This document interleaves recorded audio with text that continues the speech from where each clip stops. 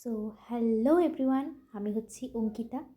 আর NM final year স্টুডেন্টের আজকেই হচ্ছে লাস্ট দিন, মানে আজকে হচ্ছে এই ড্রেসটারও লাস্ট দিন। আজ হচ্ছে আমাদের ফাইনাল ইয়ারের final exam, last paper, last exam.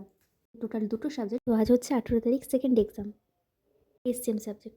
ফার্স্টে ছিল মিডওয়াইফারি এক্সাম। আমাদের এক্সাম হচ্ছে 2টো থেকে 5টা, সেকেন্ড হাফে। তো এখন বাজে 1টা। এখন আমি বেরিয়ে গেলাম বাড়ি থেকে, তারপর ক্লাসে পৌঁছে এক্সাম হয়ে গেল। এখন বাজে 5টা 10-15 হবে।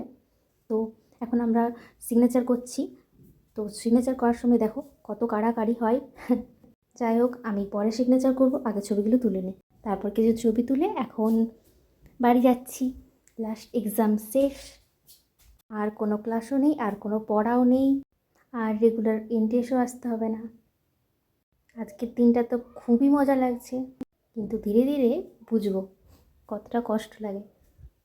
ভালো লাগছে এই ভেবে যে রেগুলার পড়াশোনা করতে হবে না, সকালবেলায় ভোরবেলায় উঠে স্নান করে বেরোতে হবে না বাড়ি থেকে, বিশেষ করে শীতকালে।